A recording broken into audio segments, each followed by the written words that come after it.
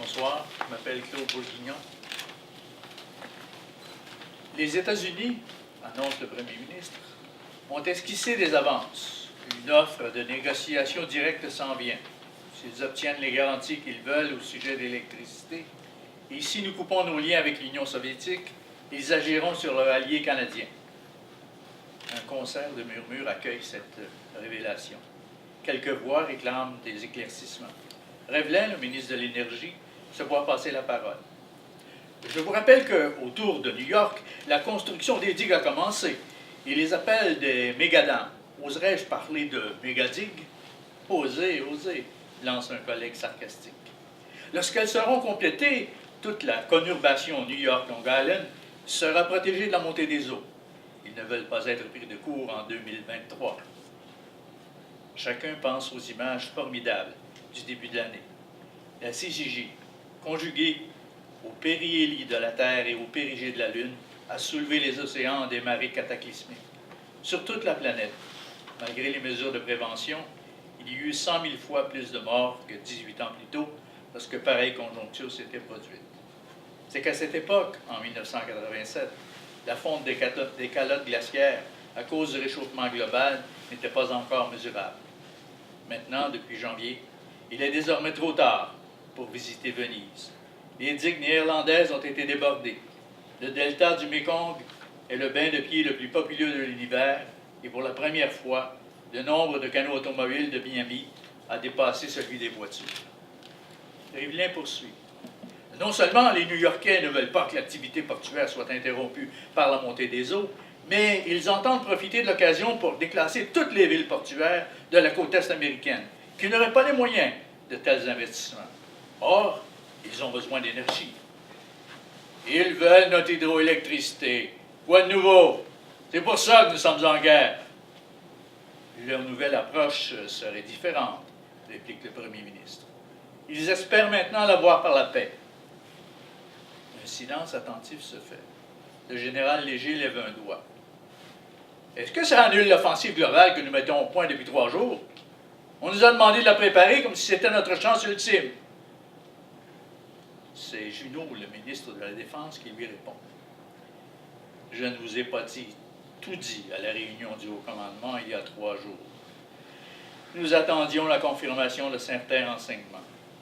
Le seul but de cette offensive, révèle le Premier ministre, sera de gagner des positions de négociation, pas nécessairement des positions que nous puissions occuper et défendre durant des années ou même des mois.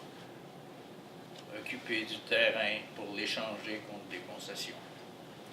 Le Premier ministre a une mimique d'impatience et reprend la parole.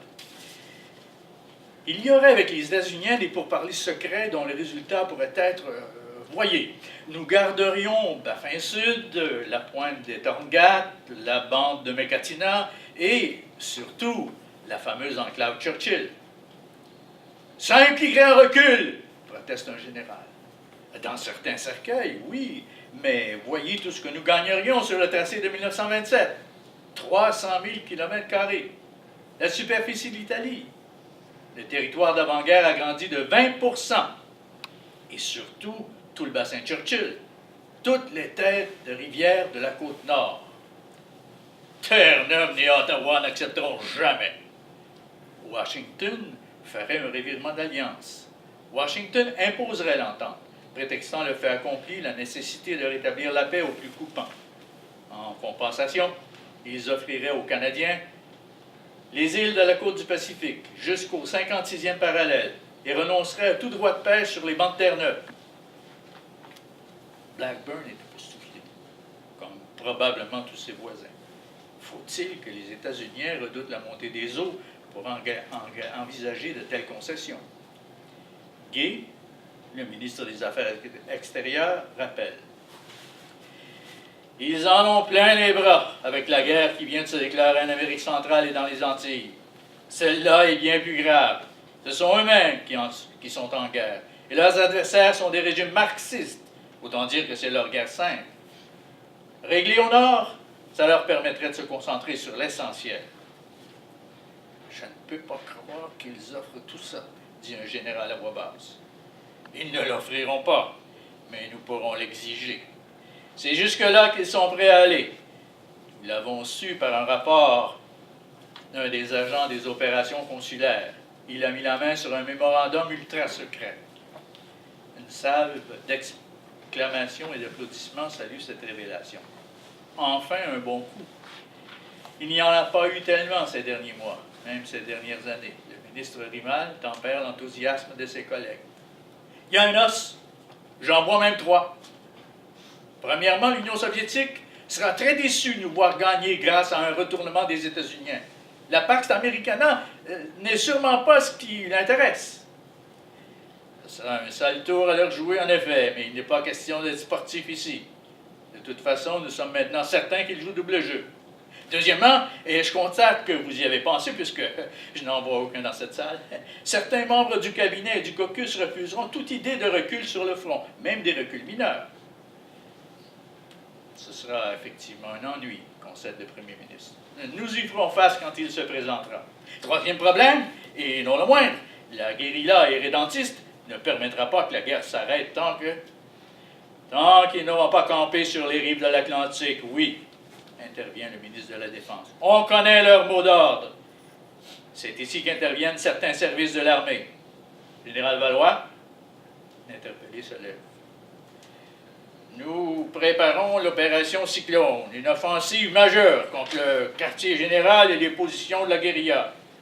Dès que la tactique sera mise au point, nous allons tourner toute notre force de frappe contre la guérilla et lui porter un coup fatal. Parallèlement, du côté civil, entraîne le ministre de l'Intérieur, le Contrex préparera une opération semblable contre tous les radicaux et les extrémistes qui servent d'appui à la guérilla.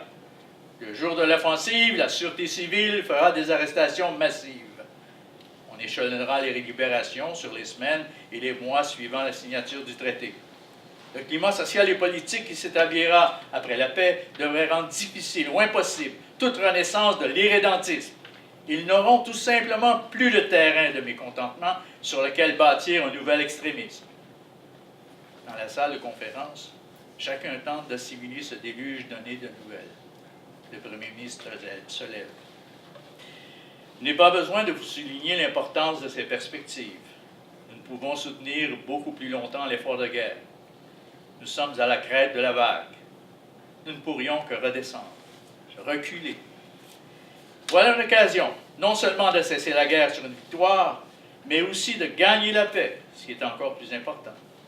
Cette négociation doit avoir lieu. Cette pacification doit se faire. Extrait légèrement modifié du roman Chronorègle de Daniel Cernine, publié en 1992.